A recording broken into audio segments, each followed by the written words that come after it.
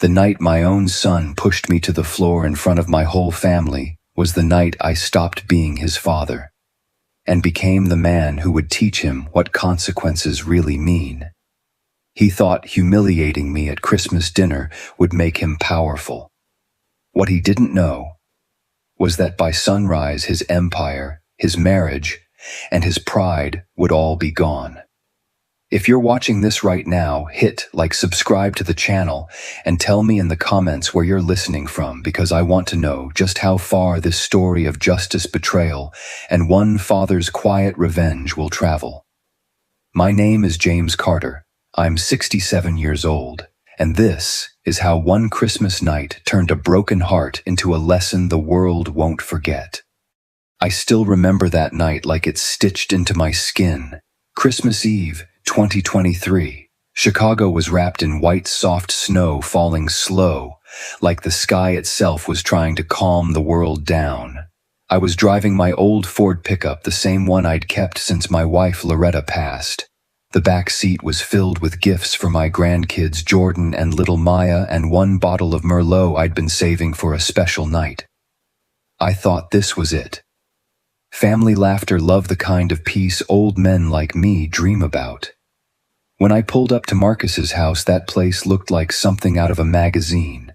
Warm lights everywhere, big wreath on the door, Christmas music playing inside.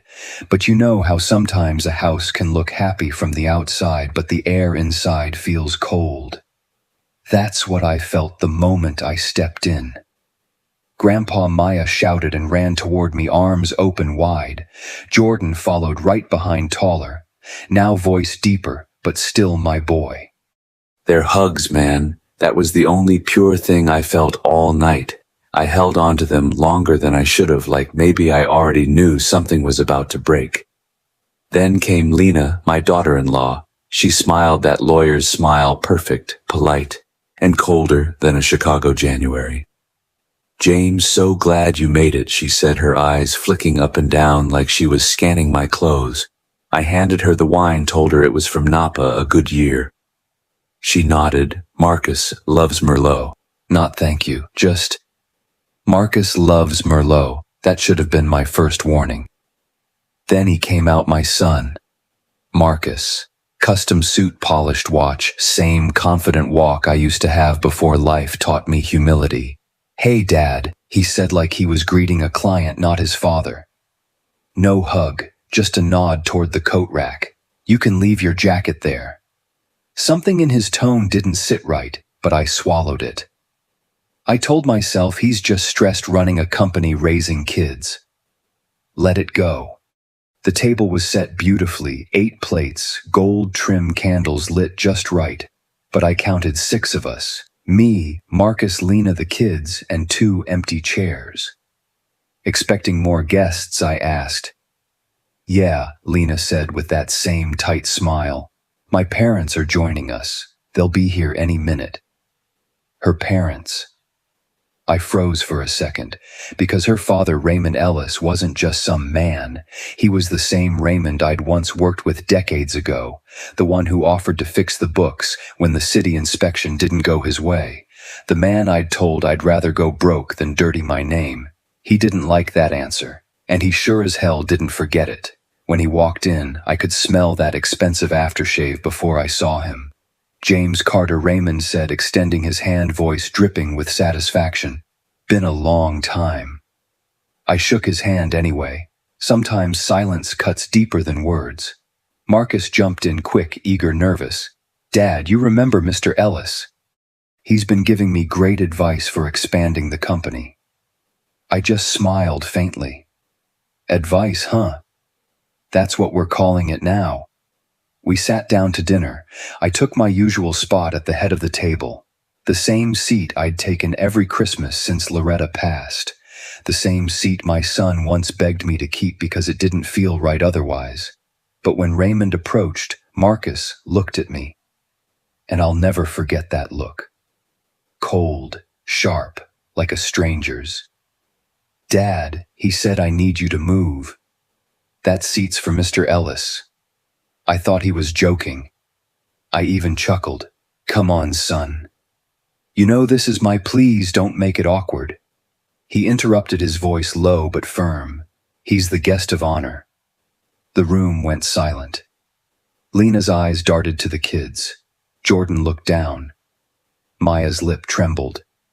Raymond stood there, pretending to be humble, but that smirk on his face told another story.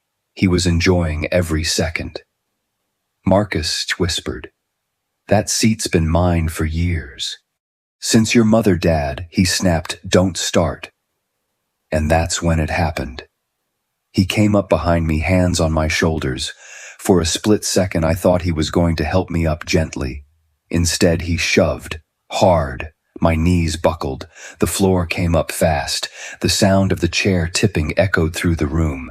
The pain didn't come from the fall. It came from the faces around me. My grandson frozen mid-breath. My granddaughter crying. My daughter-in-law covering her mouth like she was witnessing a scandal instead of a heartbreak. And Raymond smiling. From the floor, I heard my son's voice, sharp and final. "This seat belongs to Mr. Ellis." I got up slow, every bone in my body shaking. Jordan came to help, whispering, "You okay, Grandpa?" I forced a smile. "I'm fine, son. I'm fine." But inside, something broke clean through. Dinner went on like nothing happened. Marcus laughed at Raymond's jokes, poured him my wine toasted to new beginnings. I sat at the side of the table, silent, invisible, tasting betrayal in every bite. When dinner ended, I excused myself. "Just need the restroom," I said. No one even looked up. Inside that bathroom, under the humming light, I stared into the mirror and met a man I didn't recognize, tired eyes, shaking hands, heart pounding. And in that silence, I said to my reflection, "You raised a man who doesn't know respect. Now you'll teach him what consequences look like." I pulled out my phone, scrolled to the first number I needed, and whispered to myself, "You wanted to play business, son. Then let's play for real." And before dawn broke over Chicago, I had already started rewriting both our destinies. The house was still echoing with fake laughter when I walked out of that bathroom. I could hear Raymond's deep voice booming over another one of his success stories, and Marcus laughing like a boy desperate for his approval. That laugh used to make me proud. Now it made my stomach twist.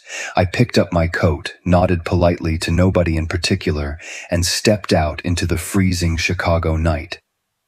The air hit my face like a slap, honest and sharp. Inside it was all warmth and lies. Out here at least the cold told the truth. I didn't drive straight home. No, sir.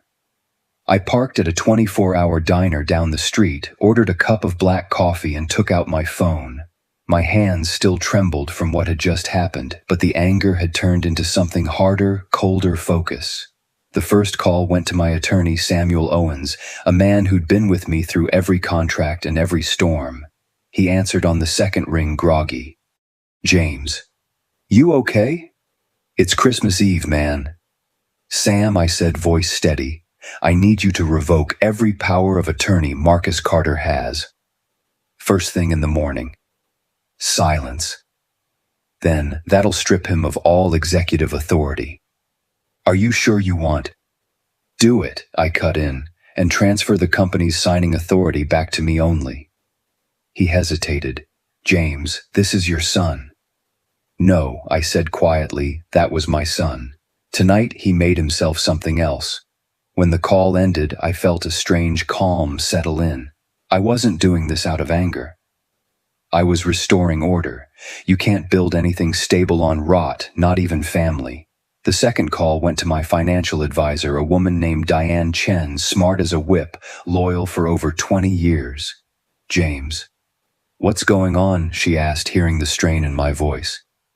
"Freeze every joint account with Marcus's name on it," I told her. "The company card, the personal one, the trust fund accounts, everything." She whistled low. "That's going to make some noise." "I'm counting on it," I said. Then I paused.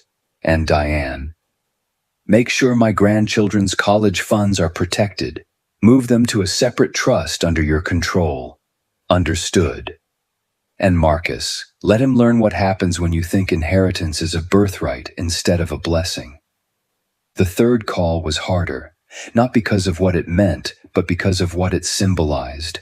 I dialed Robert Fields, my oldest friend and current CFO of Carter Engineering. He picked up with his usual gruff humor. James, Mary, Robert. I interrupted softly. We're changing everything tomorrow. Marcus is done. I want you to take over as acting CEO. There was a long silence. Then in a low voice, did he finally cross that line? He didn't just cross it, I said. He burned the bridge behind him. Robert exhaled. I'll handle it. You sure you're ready for this fight? It's not a fight, I said, sipping my coffee. It's a correction.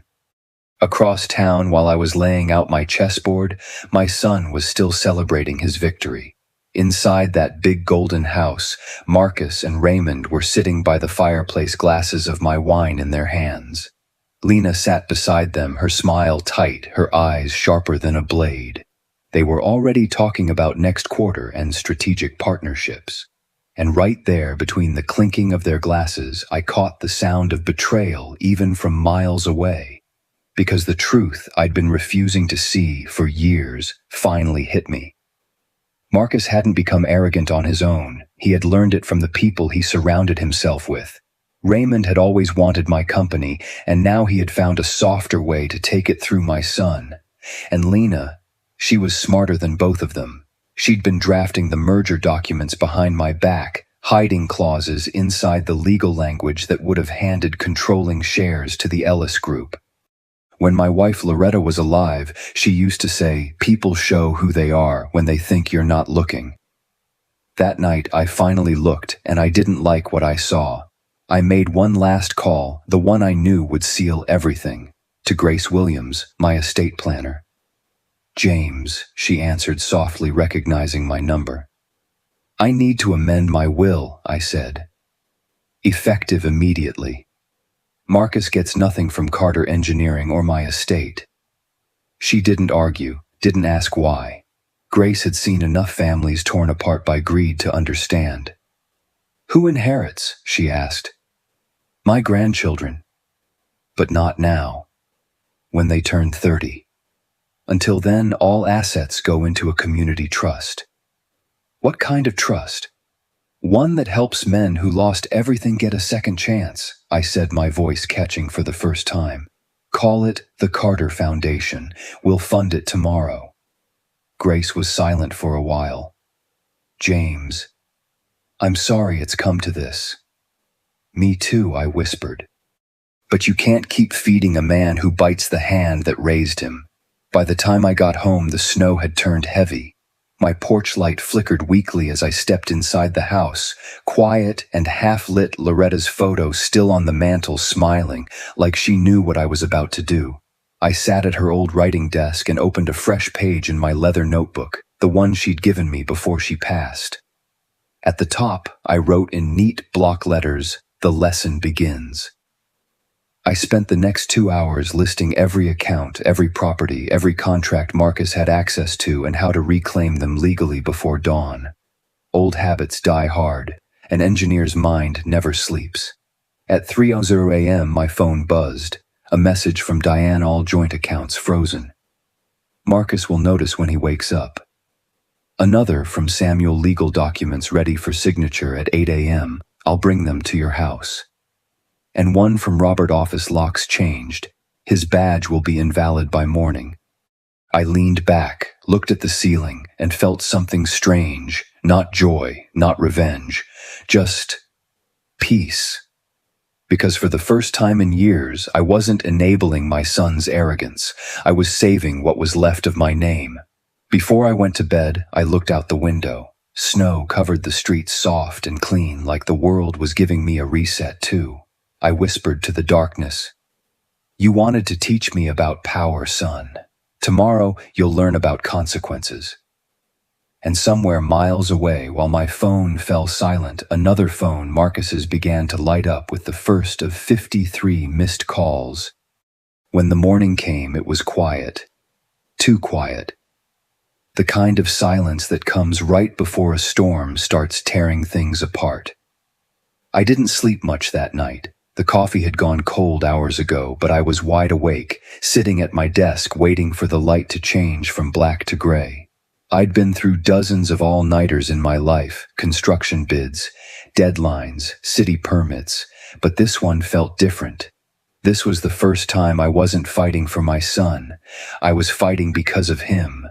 At 7:15, Samuel pulled up outside my house, still in his Christmas sweater under a heavy coat. He came in shaking his head. "James," he said, handing me a folder. "This stack right here will hit him like a freight train. Revocation of power of attorney, corporate rights, termination, withdrawal of co-signed credit, and rescission of personal guarantees. Once you sign, there's no undoing it." I took the pen without hesitation. "There's been no undoing since last night," I told him. He sighed. "You're sure about this?" "Absolutely. My boy stopped being a son when he decided respect was optional. I signed each page carefully, initials steady hand, not trembling once. I'd signed million-dollar deals in my life, but never one that felt this heavy or this necessary. By 8 a.m., the papers were on their way to the offices, the banks, and the courts.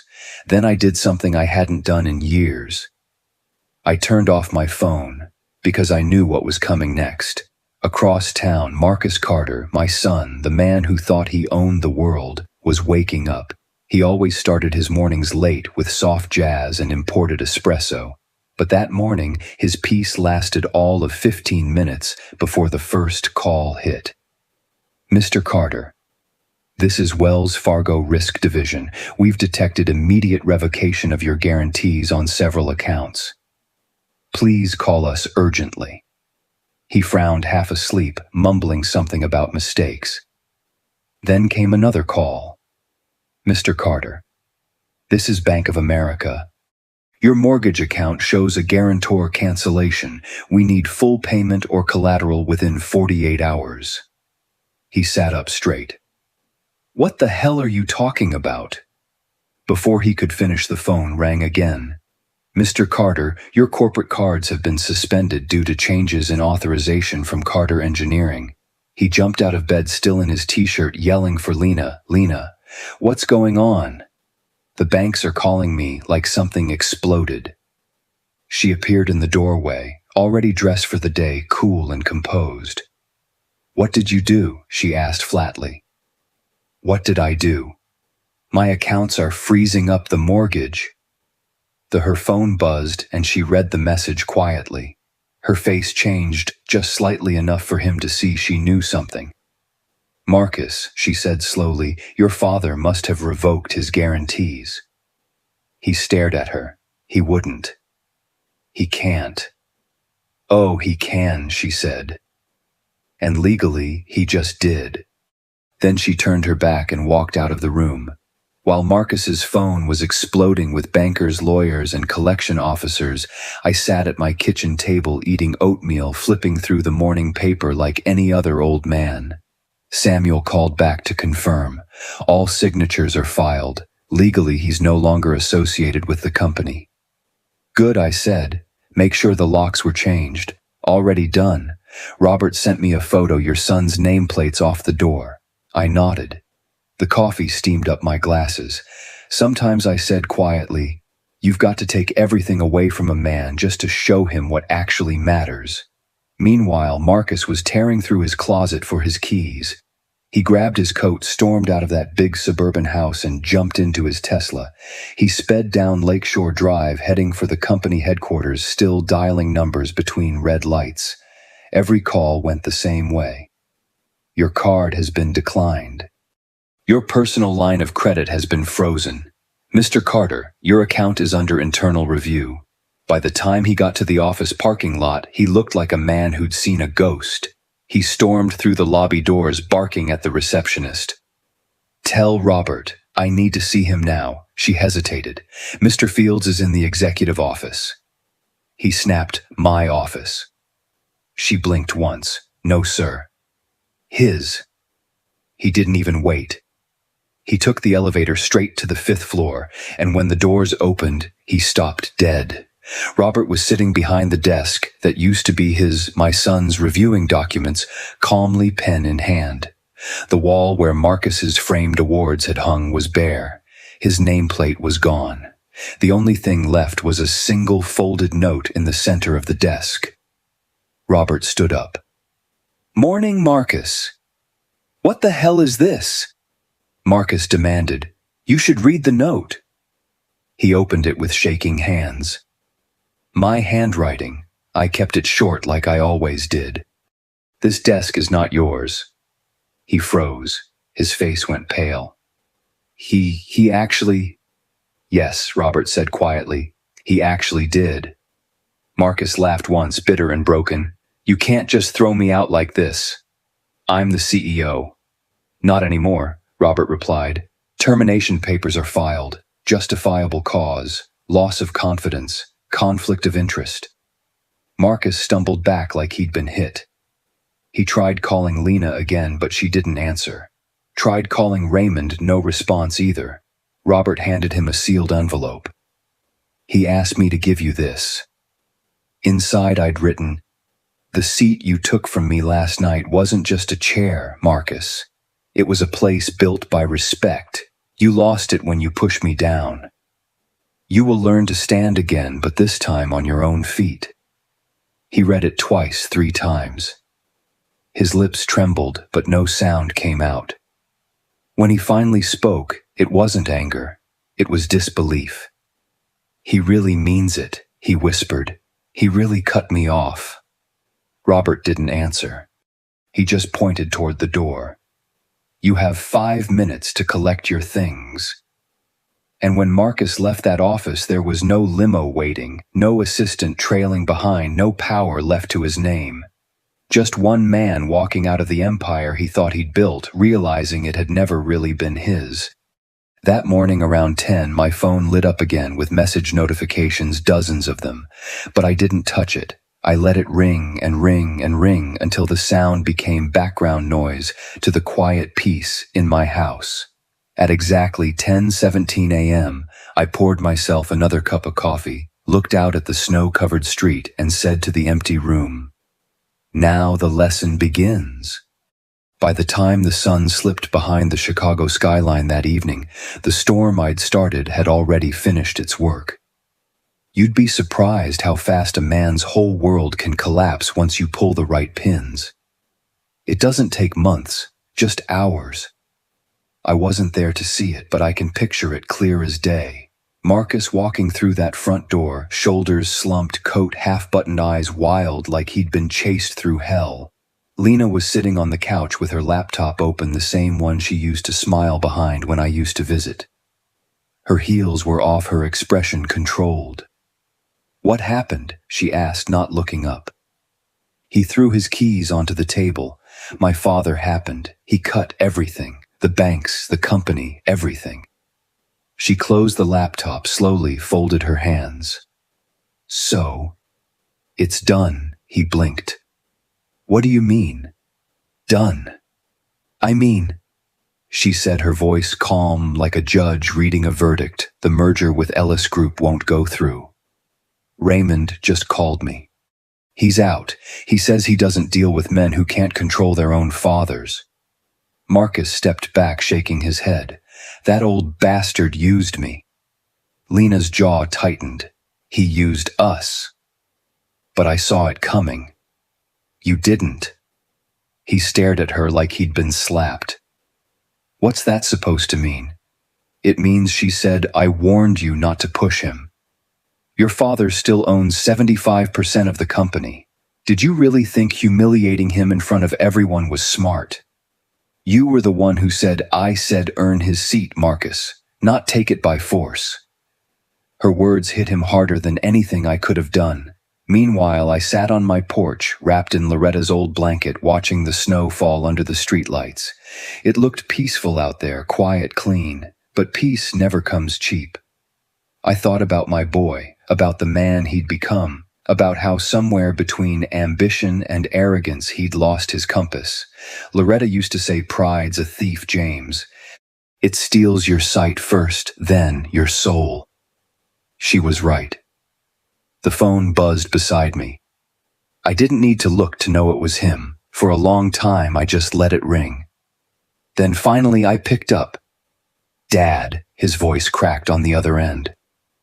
"What did you do?" "What I should have done years ago," I said. "You ruined me." "No," I said quietly.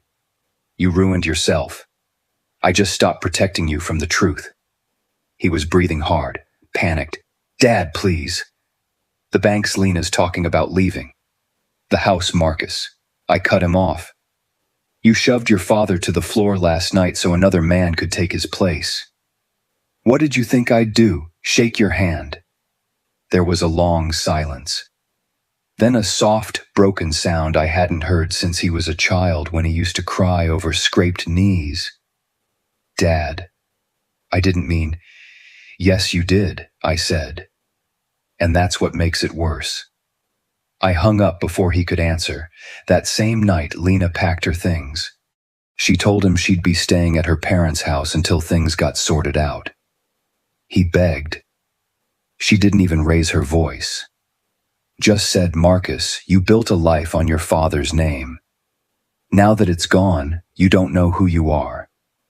Jordan and Maya watched from the top of the stairs, too young to understand everything, old enough to know it was bad. Jordan asked Mom, "Is Grandpa mad at us?" "No, baby," she said, forcing a smile. "Grandpa just doesn't like what Dad did." When Marcus heard that, something in him broke all over again. He followed Lena to the door. "You're really leaving?" She turned, looked him right in the eye. "You said respect was earned, remember? Well, now you get to earn mine." And then she was gone. I didn't sleep that night either. I just sat in my study watching the clock tick past midnight. The house creaked in the wind, the old wood settling like tired bones. Every man who's ever raised a family knows the sound of guilt. It's quiet, heavy, it lingers. I told myself this wasn't revenge, it was education, because sometimes the only way to rebuild a man is to let him break first. The next morning I got a call from Diane. "James," she said, "it's starting. The mortgage on his house, the cars, everything's defaulting." I closed my eyes. "And the company's stable. Robert's keeping it afloat.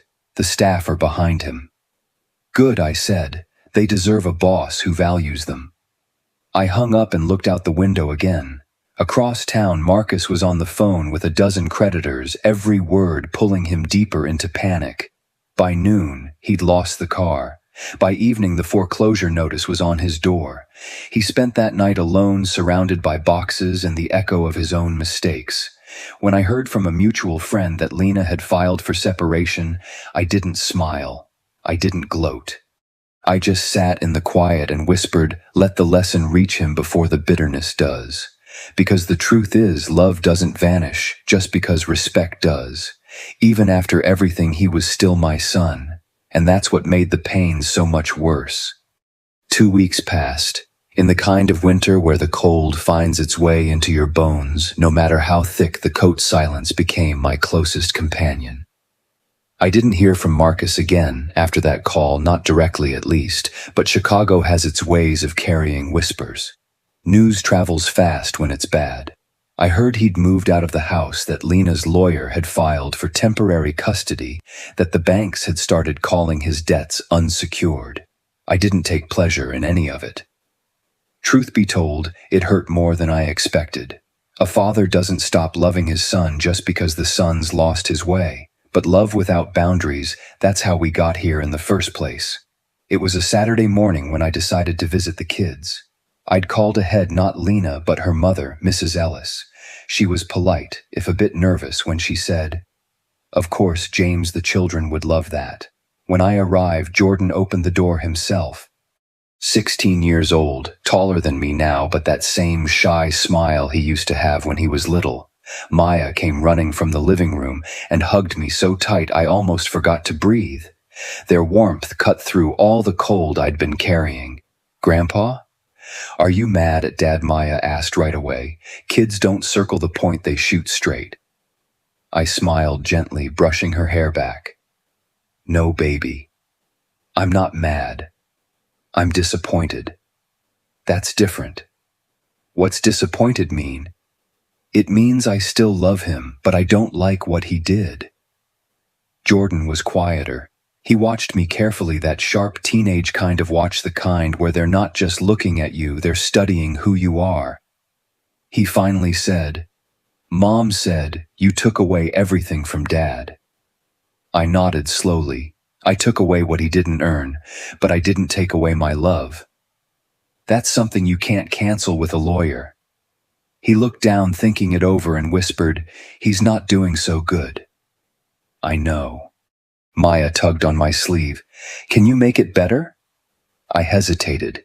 Sweetheart, some things can't be fixed by other people. Sometimes you have to let folks fix themselves. Her eyes watered a little. But he's our dad, and he'll always be, just like I'll always be your granddad. What he did doesn't change that. That seemed to settle her a bit. I stayed with them for an hour, helping Maya build her new puzzle, listening to Jordan talk about his basketball tryouts. But even as we laughed, I saw the weight in their eyes. They were carrying pieces of a fight that wasn't theirs. Before I left, I knelt beside them and said something I'd been waiting my whole life to say out loud. Listen to me. The mistakes your father made, those are his. They don't belong to you. You don't owe them. You don't have to carry them. You hear me? Jordan nodded slowly. Maya hugged me again, her small arms tight around my neck. I love you, Grandpa. I love you more, baby girl. That night I got home to a quiet house again.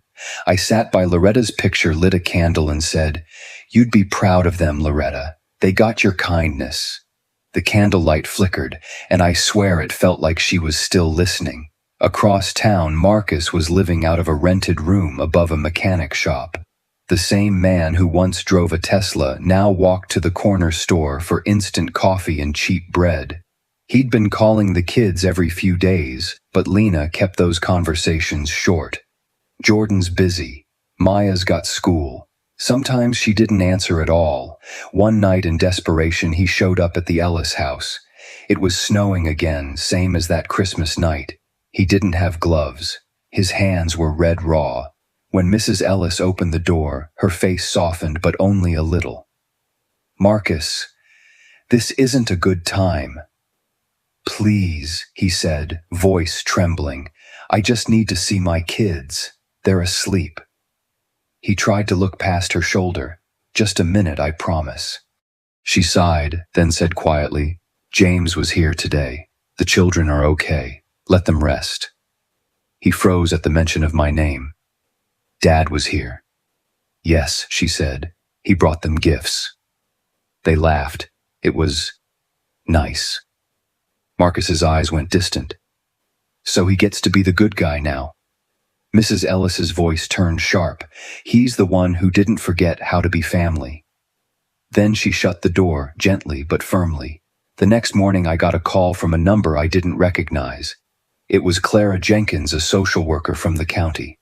Mr. Carter, I'm sorry to call you directly, but I thought you should know your son came by our office. He's applying for temporary housing support. I closed my eyes, breathed deep. He's working. Not yet. But he said he's trying. I believed him. He's not the same man people described to me. For a moment I couldn't speak. The idea of Marcus sitting in some fluorescent-lit waiting room filling out government forms, it was something I never imagined. Not out of shame, but out of disbelief that it had come to this. Ms. Jenkins, I said, finally make sure he's got what he needs to start over. He doesn't have to know, I asked. She paused. You still care? I always did, I said. That's the whole damn problem. That evening I wrote a note and tucked it inside my Bible. If I ever doubted my choices, I'd read it. Discipline isn't cruelty. It's love wearing armor. Mercy without truth creates weak men. Let him rebuild, Lord, just not the same man he was. 2 days later, Clara called again. Mr. Carter, I thought you should know Marcus found work. Janitorial overnight shifts at the Civic Center. Small pay, but honest. I thanked her quietly. After we hung up, I sat in the dark for a long while just listening to the ticking clock. A father's heart can hold two things at once, sorrow and pride. And that night I felt both in equal measure. Because even though he'd fallen farther than I ever imagined for the first time in years, my son was finally standing on his own 2 feet. Chicago has a way of humbling you. No matter how high you've climbed, one bad winter and one bad choice can bring you right back to the ground. Marcus was living that truth now. Word around the city spread that the Carter boy was working nights pushing mops instead of paper swapping boardrooms for boiler rooms.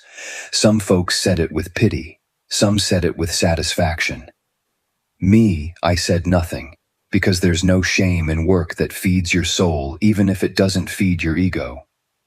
I didn't see him for months after that, but sometimes late at night I'd drive by the Civic Center on my way home from community meetings.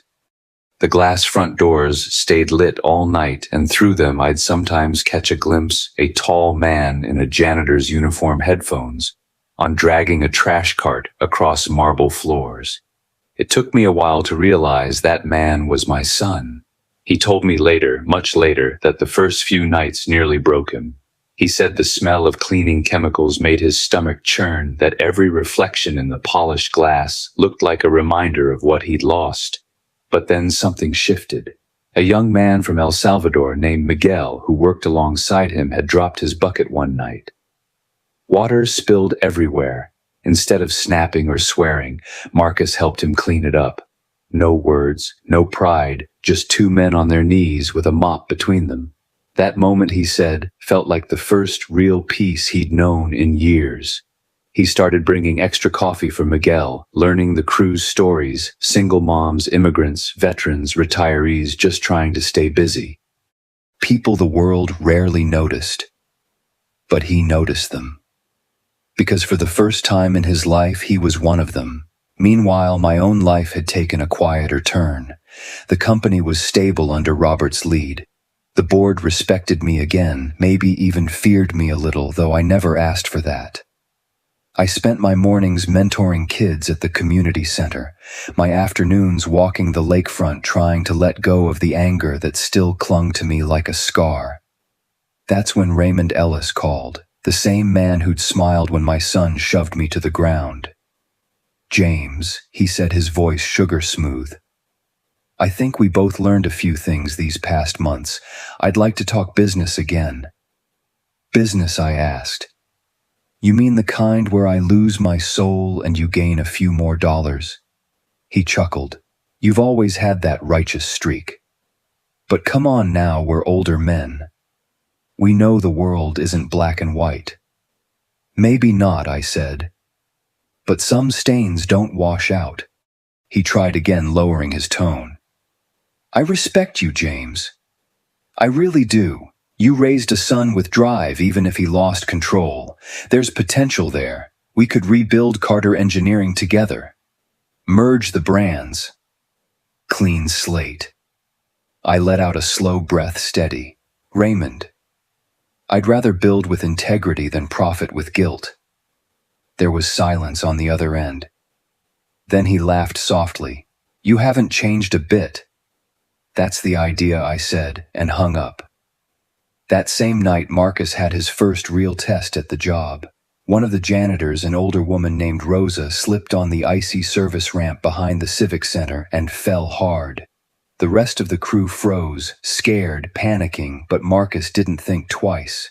He ran to her, covered her with his coat, called an ambulance, and stayed with her the whole time. When the EMTs took her away, his supervisor pulled him aside. "You did good, Carter," she said. "Most people would have walked away." He just nodded, wiping his hands on his uniform. No one deserves to be left on the ground. Later that night, when the building was empty and quiet, he sat alone in the janitor's closet, staring at his reflection in a steel sink. And for the first time in his life, he saw a man he could actually respect. I didn't know about Rosa until weeks later. Clara, the social worker, told me. "Your son's doing better," she said over the phone. He even got a commendation from the Civic Center for helping that woman. I felt a lump rise in my throat. He did. He's humble about it, didn't even tell anyone his last name. That part hit me hardest. He wasn't trying to be Marcus Carter, heir to Carter Engineering. He was just Marcus. And maybe for the first time, that was enough. I spent that night sitting by the window watching the city lights blink in the snow. For the first time since that Christmas, I whispered a prayer, not for justice, but for grace. Because justice had already done its work. Grace, though, grace was what came after. At dawn, I wrote another note and left it tucked under Loretta's photo. He's learning to stand, Lord. Don't let him fall before he finds his footing. That weekend, Jordan called. Grandpa, he said, Dad's working now. He's different. He told Maya she should always respect the people who clean the classrooms because they make the world shine while nobody's watching. I smiled so wide my face hurt. Sounds like he's starting to see things clearly. Yeah, Jordan said. He even said he misses you. I looked out at the sunrise spilling over the rooftops. I miss him too, I said quietly, but some distances you have to walk alone. And in that silence, for the first time in a long, long while, I felt like maybe we were both finally heading in the same direction, just from opposite ends of the road. Spring came late that year. Chicago thawed slow, like it was scared to trust warmth again. And maybe that made sense. After all, some of us were still learning how to thaw too. Marcus had been working at the Civic Center for nearly 6 months by then. He'd moved out of that little room above the mechanic shop and into a small apartment on the south side. 1-bedroom, leaky radiator paint peeling near the window. But it was his. He paid rent with money he earned, and every time he dropped that envelope off at the landlord's office, he said it felt like breathing clean air for the first time. He'd lost everything he thought mattered, and in that emptiness, he found something I couldn't have taught him with words: dignity. I didn't know all this then. I just knew that when Jordan and Maya came over on Sundays, their voices sounded lighter again. They'd talk about how their daddy was trying hard, how he walked them to the bus stop when he could. How he never talked about money anymore, just about them. I'd nod and listen, pretending not to let it get to me. But after they left, I'd sit in my study and let the quiet wash over me. You can love someone your whole life and still need distance to keep your heart from breaking again. One warm afternoon, I was at the city park near Lincoln Pond. I'd been invited by an old colleague to check out a community project, a new set of low-income apartments designed with green spaces and open access. It was part of a joint venture between the city and a private investor. When I got there, I recognized one of the banners fluttering in the wind, Ellis Urban Development Group. And there he was, Raymond Ellis, standing at the podium in his usual tailored suit, shaking hands with city officials. James, he called when he spotted me striding over with that politician's smile. Didn't think I'd see you here, I said, dry as dust. He laughed. Well, life's full of surprises, isn't it? I've had my share. He lowered his voice. Listen, I know things between us were heated, but I meant what I said last winter. I'd like to work with you. I raised an eyebrow. Last I checked, I turned that offer down. He smiled wider. You did? But I'm persistent, and this time it's different. The city wants a partnership with a minority-owned firm. They trust you. I can handle the numbers, you handle the people. Together, we make this project bulletproof. For a long time, I didn't answer. Then I said, if I agree, it's on my terms. Transparent contracts, fair wages, and no shortcuts. Raymond nodded. I expected nothing less. And just like that, after decades of rivalry, we shook hands. Not as enemies, not as old men chasing one last win, but as two men who'd finally learned the cost of pride. I didn't know that at that very moment across the park, near the pond, my son was standing under a tree watching. He hadn't come looking for me. He'd come to eat his lunch, a sandwich, a coffee from the corner shop during his break from a cleaning job at a nearby office complex. But fate has a strange way of putting you in front of the lessons you're meant to see. He told me later what it was like standing there behind that row of tourists, seeing me and Raymond laughing like old friends. He said his first feeling was shock, then shame, and finally, pride. Because he realized something simple but powerful: I hadn't destroyed my life the way he'd thought. I'd rebuilt it on integrity, and in doing so I'd become the man he'd never been. He watched as Raymond unrolled the blueprints on a folding table. They bent over the plans together, my pencil tapping on the paper, the way it always used to when I was explaining foundation work to a client. For the first time, Marcus saw me not as a father, but as a builder, a man who still had purpose, still had strength. He said later, "You looked alive, Dad. Happier than you ever did at those family dinners." And he was right. Because forgiveness doesn't always show up as a hug or an apology. Sometimes it shows up as peace, the kind that sits quiet in your bones and whispers, "You did the right thing even when it hurt." That night, Marcus walked home slower than usual.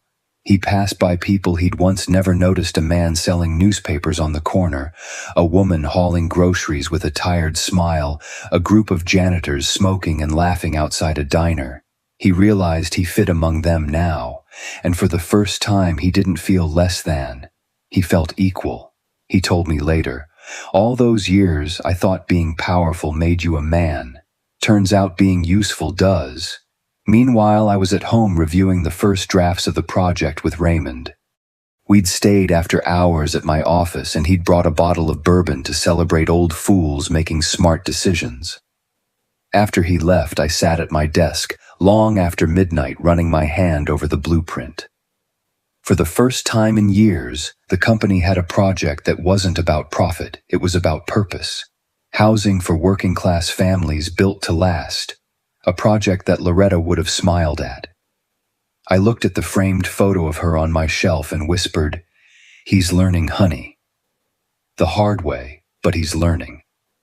Across the city, Marcus stood by his apartment window watching the lights flicker across the skyline, the same skyline we both built in our own ways. He whispered something to the glass. He didn't know I'd say almost the same words that same night. He said, "Maybe losing you wasn't the punishment. Maybe it was the lesson." And for the first time in his adult life, he didn't feel angry about it. He just felt grateful. It was a Sunday morning when the letter came. No return address, just my name written in a handwriting I hadn't seen in nearly a year. Strong, steady letters, the kind that used to sign contracts and payroll checks. For a long while, I just looked at it, didn't open it. The paper trembled a bit in my hands, and I told myself it was because of the cold, but it wasn't. Finally, I sat down at the kitchen table, poured a cup of black coffee, and tore it open. "Dear Dad, I know I don't have the right to call you that, not after what I did, but I don't know another way to begin this. I'm not writing to ask for forgiveness. I'm writing to tell you that I finally understand. For months I blamed you. I called it cruelty. I said you turned your back on me. But now I see you did the only thing that could save me. You let me fall far enough to find the ground again. I used to think success was about control. Turns out it's about humility. I used to think work was something you managed. Now I know work is something you earn. I sweep floors now, Dad. And for the first time when I walk into a room, it's cleaner because I made it that way. That's not shame, that's pride. I don't own anything anymore, but what I have now can't be taken away. Respect, discipline, peace. I still think about that night every day, the sound of the chair scraping, the shock in your eyes. I thought I was fighting for my place in the family, but I see now you were trying to teach me what family means. I failed you, but I want you to know I finally see the man you are. The kind of man I never was, but I'm trying to become. Please don't think I'm asking to come back. I just want you to know that because of what you did, I'm finally becoming a man you'd be proud of. Thank you for loving me the hard way. Marcus. I didn't realize I'd been holding my breath until I reached the last line. My coffee had gone cold. My eyes burned. I read it twice then, 3 more times. There weren't many words, but each one landed like a hammer against the stone wall I'd built around my heart. I sat there a long time, the morning light spilling through the window dust, dancing in the air. And I thought about all the years I'd spent trying to shape him into my image when maybe my job was to help him find his. I didn't respond right away, not because I didn't want to, but because some silences are sacred. Sometimes a father has to let his son feel the weight of his own redemption before easing it with grace. Instead, I folded the letter carefully and placed it inside the old leather Bible that used to belong to Loretta. Between the pages, it rested beside a note I'd written months before. "He's learning to stand, Lord. Don't let him fall before he finds his footing." Now, I whispered, looks like he found it. That night I sat by the window, the city lights flickering like old memories. For the first time in a long while, I didn't feel like the story was over. I poured a glass of bourbon, the good kind I'd been saving, and lifted it toward the window. "To my son," I said softly. "May he never have it easy, but may he always have enough." A few weeks passed. The project with Raymond was running smooth. The foundation had been laid and the first walls were going up. One afternoon, during an inspection at the site, I saw a janitorial crew cleaning up construction debris, reflective vests, gloves, and dust masks. One of them, tall and broad-shouldered, was sweeping the floor with slow, even strokes. Even from a distance, I knew that posture, the steadiness, the focus. Marcus. He hadn't seen me. He was too busy working, head down, sweat dripping from his temples. And in that moment, something deep inside me just settled. I didn't call out, didn't walk over, didn't break the rhythm of his work, because that was his moment. His redemption wasn't in a handshake or a tearful reunion. It was in the quiet, steady motion of a man who'd finally learned how to stand tall without standing above anyone. That night I wrote my first reply, just 1 page. "Marcus, I received your letter. I read it more than once. You don't owe me anything. You've already given me more than I ever asked for understanding. I'm proud of you. Keep walking the way you are. I'll be right here even if you don't see me. Dad." I didn't mail it that night. I waited until morning because some words deserve daylight. When I dropped it into the blue mailbox on the corner, I felt something inside me ease a door, closing gently, not in anger, but in peace. Because I realized forgiveness had already happened long before the letters were ever written. Some meetings in life don't need invitations. They just happen when the time is right. When the wounds have healed enough for both people to stand in the same sunlight without bleeding. It was late summer when it happened. The Ellis Carter housing project was halfway done, steel beams stretching toward the sky, scaffolding humming with the sound of drills, hammers, and men shouting over the noise. I'd driven down that morning for a routine inspection with the city engineers. Raymond was supposed to meet me, but he'd texted earlier, running late. "Handle it, old friend." So I did. Hard hat, clipboard, steel-toe boots, it felt good to be back where I belonged. Construction sites had always been holy ground to me. They smell like dust and sweat and possibility. The crew was cleaning up near the south wing where the concrete had just been poured. A delivery truck had come in with more rebar and workers were clearing the path. That's when I saw him again, Marcus. I froze. He was wearing the orange vest of the maintenance team, gloves on sleeves rolled up. Older, leaner, his hair a little longer, streaked with gray. He didn't see me. He was too focused on helping a younger worker, a nervous-looking kid trying to balance a heavy bin of tools. Marcus steadied it with one hand and said something that made the boy laugh. There was a steadiness to him now, a quiet authority that didn't need to prove itself. I just stood there watching. Not as a father, as a witness. A few minutes later, chaos broke the rhythm. A loud crack like a gunshot echoed through the site. Everyone turned. A support cable on the east platform had snapped. A metal beam half suspended swung loose and dropped with a scream of steel. The young worker Marcus had been helping was directly underneath it. Without thinking, Marcus lunged forward, grabbed the kid by the collar, and shoved him clear just as the beam slammed down where they'd been standing. Dust exploded into the air. Shouts, running feet.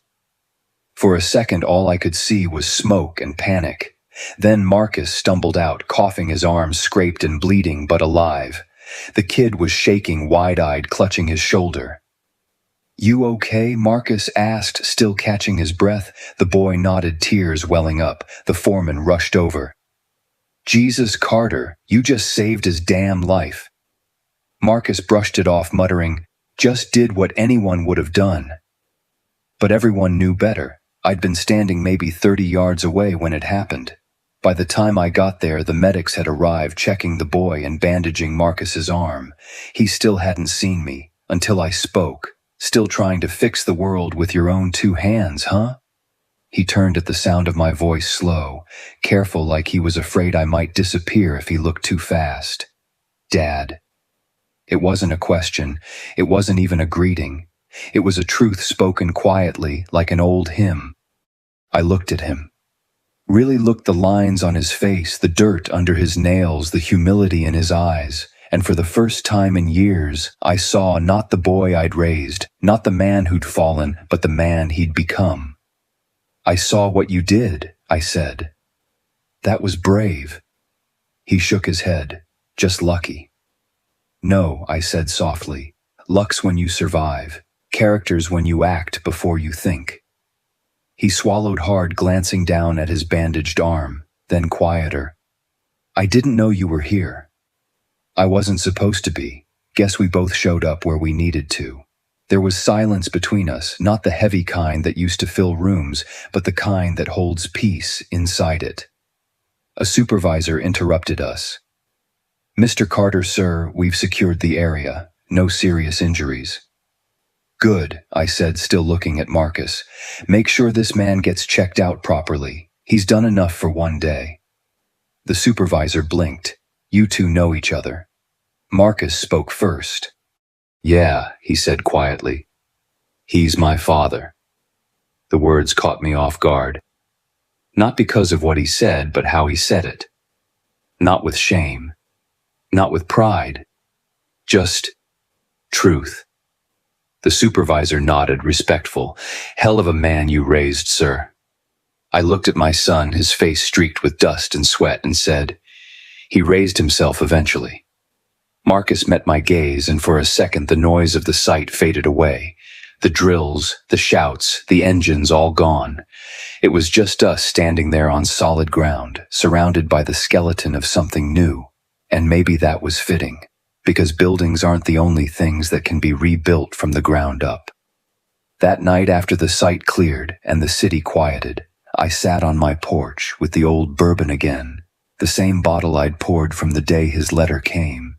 I raised the glass toward the skyline and whispered, "He's found his footing, Loretta.